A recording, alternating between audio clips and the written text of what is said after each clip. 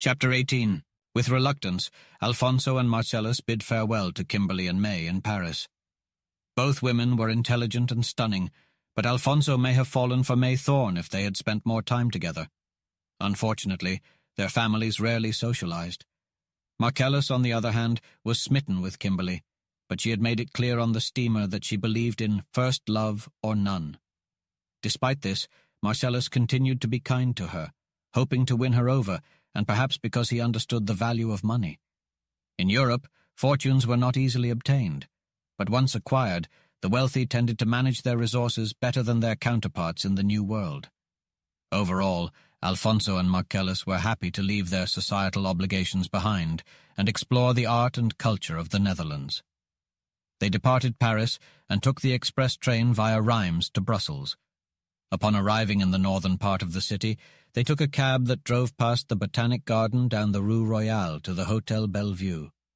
The hotel was near the Royal Palace and overlooked a park adorned with sculptures, trees, flowers, and well-manicured lawns. One of the most rewarding experiences for tourists was to climb at least one tower or height, as the views and information obtained would remain etched in their memories. Brussels was like a miniature Paris, with the Royal Palace and park resembling the Tuileries. The beautiful drive down the Boulevard de Waterloo and up Avenue Louise led directly to the Bois de la Cambre, a stunning forest of 450 acres, similar to the Bois de Boulogne in Paris. Nearly 6 miles of old and new boulevards encircled Brussels, passing through the upper and lower parts of the city. The competition for large premiums offered for the finest facades resulted in a pleasing variety of some of the more beautiful buildings. The resemblance to Paris was more apparent in the cafes, shops, and public amusements along the busy boulevards. West of the Royal Palace was the state-owned picture gallery, which, through judicious and repeated purchases, had a collection of paintings considered superior to that of the famous gallery in Antwerp. The two young artists spent several enjoyable half-days studying the early Flemish and Dutch schools, with a particular focus on portrait work by Rubens, Frans Hals, and van der Helst. The blacksmith artist Quinton Matsis's work, whether in color or iron, was of great interest to the young Americans. Finally, Marcellus, who knew much about the old masters of Europe, took Alfonso to the Musée Wiertz, which contained all the works of a highly gifted and eccentric master. In a kind of distemper, Wiertz painted Napoleon in the infernal region, vision of a beheaded man, a suicide, the last cannon, curiosity and contest of good and evil, hunger, madness and crime, etc. Brussels is situated in the heart of Belgium, making it a convenient location for painters and architects to visit several nearby cities with notable works. Upon arriving in Antwerp, Alfonso and Marcellus headed to a grand cathedral where a military band played nearby. In front of the church stood a bronze statue of Peter Paul Rubens, adorned with scrolls, books, a brush, palette, and hat, alluding to Rubens' many pursuits as a diplomat, statesman, and painter. The young artists eagerly entered the cathedral to view Rubens's famous paintings, The Descent from the Cross and The Assumption, which were skillfully conceived and arranged with masterful coloring. Rubens, the prince of Flemish painters, was knighted and enjoyed the patronage of princes and men of distinction throughout Europe due to his amiable nature and artistic talent. Not far from the cathedral, the artists came across a museum with a statue of Van Dyck, Rubens' pupil. Marcellus pointed out that Van Dyck, like Alfonso, was the son of a wealthy merchant from Antwerp and had received an education in Italy, where he executed several fine portraits. Charles I of England appointed Van Dyck as court painter and knighted him, though his ambition to excel in historical works was often overshadowed by the demand for portraits. Alfonso and Marcellus continued on to Dort, once the most powerful and wealthy commercial city in Holland during the Middle Ages.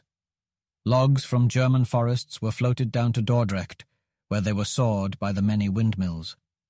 The Dutch province of Zeeland, with its heraldic emblem of a swimming lion and motto Luctor et Emergo, is formed by 9 large islands on the coast of the North Sea. Most of the province lies below sea level and is protected by vast embankments totaling 300 miles in length, lined with willows that require annual repairs costing $425,000. The Dutch are known for their ability to reclaim land from the sea, as evidenced by the fertile soil that produces abundant crops of wheat and other grains. Near Dort lies a vast reed forest covering over 100 islands, also known as Verdronken land, or drowned land, which was once a thriving agricultural area before being completely inundated in 1421, destroying 72 market towns and villages and claiming 100,000 lives. Marcellus made a sketch of the Tower of Huis Merwede, the only remaining relic of this tragic event. Finally, the artists visited Rotterdam, the second commercial city in Holland, located 14 miles from the North Sea on the right bank of the Maas. A mile-long quay serves as the starting and arriving point for over 100 steamboats connecting Rotterdam to Dutch towns, the Rhine, England, France, Russia, and the Mediterranean. Alfonso and Marcellus examined the array of portraits at Boijmans Museum and sketched the joyful people who congregated beneath the trees, by the fish ponds, and across the grassy expanses of River Park. Alfonso procured a photograph of the renowned Erasmus. Delft, once famous for its pottery and porcelain, now houses a population of 25,000 and is located approximately 10 miles away. On July 10, 1584, William of Orange, the founder of Dutch independence, was assassinated in Delft by a murderer seeking the reward offered by Farnese. The two artists visited a Delft church to view the marble monument commemorating the Prince of Orange, inscribed with the words, "Prince William, the father of the fatherland." Delft Haven is nearby, a location beloved by Americans, where the pious John Robinson blessed a courageous little group as they embarked on a journey to plant the Tree of Liberty in a new world.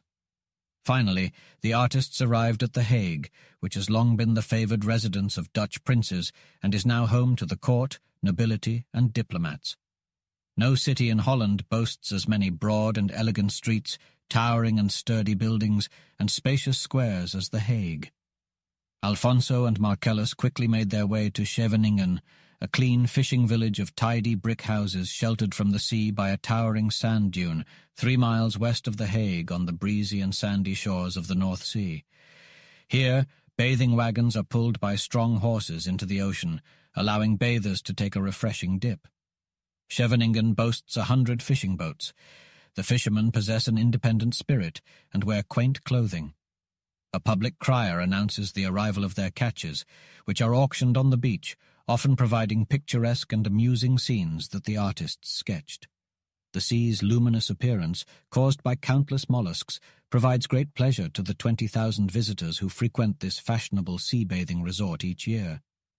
2 evenings after the artists' arrival in Scheveningen, as they strolled along the brick-paved terrace, admiring the white sails and setting sun, Alfonso was delighted to encounter a young artist he had met at the Louvre in Paris, Christine de Ruyter, in the company of her mother. Christine's father, a prominent figure in the shipping industry, had recently passed away, leaving a fortune to his wife and 2 daughters. One of them, Frederica, was already married. They were descendants of the famous Admiral de Ruyter, who defeated the combined fleets of France and England off the coast of Scheveningen in 1673, adding to the interest of their annual visit to this resort. While Marcellus conversed with Christine's mother, Alfonso listened as Christine shared details about her historic family, and in turn, she learned about young Drake's family and their European travels. Christine, who was Alfonso's age, had a fair complexion, light hair, and soft blue eyes. Her beauty added refinement that education and extensive travel typically provide. It was evident in Alfonso's expression and his marked deference that Christine embodied his ideal of a beautiful woman. Christine and her mother, along with the young artists, were registered at the Hôtel de Orange, and as fate would have it, they were thrown into each other's company. They drove to The Hague, compared the statues of William of Orange, rode along the elegant streets, south through the zoological and botanical gardens, through the park, and to the drill grounds. A half-day was spent visiting the House in the Woods, a royal villa 1.5 miles northeast of The Hague. This palace is exquisitely decorated, particularly the Orange Salon, which was painted by artists of the school of Rubens. Alfonso and Marcellus enjoyed their visits to the celebrated picture gallery, which contains among many Dutch paintings the famous pictures by Paul Potter and Rembrandt. Paul Potter's Bull is deservedly popular. This picture was once carried off to Paris and there ranked high in the Louvre, and later the Dutch offered 60,000 florins to Napoleon for its restoration. Christine, who was well versed in art matters, knew the location and artistic value of each painting and guided the young Americans to works by Van Dyck, Rubens, the Teniers, Holbein, and others. She was proud of a terracotta head of her ancestor, Admiral de Ruyter. The party soon reached Rembrandt's celebrated School of Anatomy, originally painted for the Amsterdam Guild of Surgeons. Tulp is in a black coat with a lace collar and broad-brimmed soft hat, dissecting a sinew of the arm of the corpse before him. He is explaining, with a gesture of his left hand, his theory to a group of Amsterdam surgeons. No painter ever before succeeded in so riveting the attention of spectators in the presence of death. The listeners appear altogether unconscious of the pallid corpse that lies before them on the dissecting table. Invited by Christine's mother, the young artists accompanied the de Ruyters to Amsterdam, the commercial capital of Holland, with 300,000 inhabitants. They live on 90 islands formed by intersecting canals, which are crossed by 300 bridges. The buildings rest on foundations of piles or trees, which fact gave rise to Erasmus's jest that he knew a city where the people dwelt on tops of trees, like rooks. Alfonso took Marcellus into the suburbs to see diamond polishing. The machinery is run by steam, and the work is done largely by Portuguese Jews. These precious stones are cut or sawed through by means of wires covered with diamond dust, and the gems are polished by holding them against rapidly revolving iron discs moistened with a mixture of diamond dust and oil. Christine's people lived in a red brick mansion, the gable of which contained a portrait in relief of Admiral de Ruyter, and fronted a shaded street on a canal. Here the American artists were handsomely entertained. They were driven to the picture galleries and the palace or town hall in the Dam Square, where Louis Napoleon and Hortense once resided. From the tower which terminates in a gilded ship, the artists obtained fine views of northern Holland. Christine pointed out the Exchange and other objects of interest in the city, which abounds in narrow streets and broad canals, the latter lined with fine shade trees. The tall, narrow houses in Holland boast red tile roofs and quaint fork chimneys, standing with gables to the canals. The docks display a forest of masts, while gardens cover the environs of the city and trees adorn the roads. Poplars and willows cross or divide the fields, which are studded with windmills and distant spires. Fertile crops, black and white cattle, and little boats creeping slowly along the canals can be seen everywhere. A Hollander's wealth is often estimated by his windmills. If asked, how rich? The reply comes, oh, he is worth 10 or 12 windmills. Holland seems alive with immense windmills. They grind corn, saw wood, pulverize rocks, and are yoked to the inconstant winds and forced to contend with the water, the great enemy of the Dutch. They constantly pump water from the marshes into canals, and so prevent the inundation of the inhabitants. The Hollander furnishes a good illustration of the practical value of Emerson's words. Borrow the strength of the elements, hitch your wagon to a star, and see the chores done by the gods themselves. To the west, the church spires of Haarlem and its long canal are visible, which, like a silver thread, ties it to Amsterdam. To the east, the towers of Utrecht are visible, and to the north, the red roofs of Zaandam and Alkmaar glitter in the morning sun. Far away stretch the waters of the Zuiderzee, which Holland plans to reclaim by an embankment from the extreme cape of North Holland to the Friesland coast, so as to shut out the ocean and thereby acquire 750,000 square miles of new land, a whole province.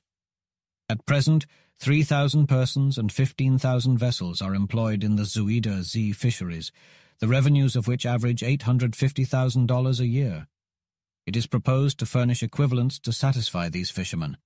It is estimated that this wonderful engineering feat will extend over 33 years and cost $131,250,000.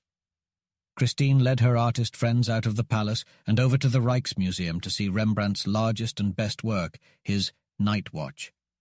It is on the right as you enter, covering the side of the room. It represents a company of arquebusiers, energetically emerging from their guild house on the Single. The light and shade of the Night Watch is so treated as to form a most effective dramatic scene, which, since its creation, in 1642, has been enthusiastically admired by all art connoisseurs. Rembrandt was the son of a miller, and his studio was in his father's windmill, where light came in at a single narrow window. By close observation, he became master of light and shade, and excelled in vigor and realism. At $50 a year, he taught pupils who flocked to him from all parts of Europe, but, like too many possessed of fine genius, he died in poverty. Later, London paid $25,000 for a single one of his 640 paintings. The Dutch painters put on canvas the everyday home life and manners of their people, while the Flemish represented more the religious life of the Lower Netherlands. These journeys in Belgium gave Alfonso and Marcellus enlarged ideas as to the possibilities of portrait painting. In the works of Alma Tadema and Millet, two modern examples of wonderful success, it became clear to Marcellus and Alfonso that once the high art of portrait painting is acquired, both fame and fortune are sure to follow. Christine de Ruyter, having taken lessons from the best masters in Holland, Italy, and France, was one of the few women artists of her age who equaled or excelled her peers. Her conversations on art in the Netherlands charmed her two artist friends. She said, "The works of art of the 15th and 17th centuries in the Netherlands seem to grow out of the very soil of the Low Countries. Our old artists revelled in the varied costumes and manifold types that thronged the cities of the Hanseatic League.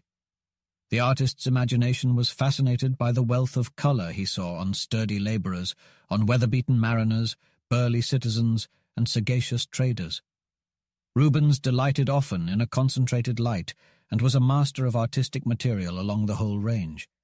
He painted portraits, landscapes, battles of heroes, gallant love-making of the noble, and the coarse pleasures of the vulgar. Nearly 1,000 pictures bear the name of Rubens. The artistic labour of Frans Hals of Haarlem extended over half a century. He possessed the utmost vivacity of conception, purity of colour, and breadth of execution, as shown in his latest works, and so well did he handle his brush that drawing seems almost lost in a maze of colour-tone. The throng of genre painters, who have secured Dutch art's greatest triumph, are well nigh innumerable. Christine was very fond of flower pieces, and had painted lovely marguerites on Laura's white dress in Alfonso's full-length picture of his sister, which he was soon to carry to Paris as his wedding present. Marcellus and Alfonso much wished to extend their journey north to Copenhagen and Stockholm, the Venice of the North, but letters urging a speedy return to the marriage of George and Laura in Paris forced the two artists to shorten their journey, say goodbye to their kind friends of Amsterdam, and hasten back to Paris, taking portraits of their own skill as wedding gifts.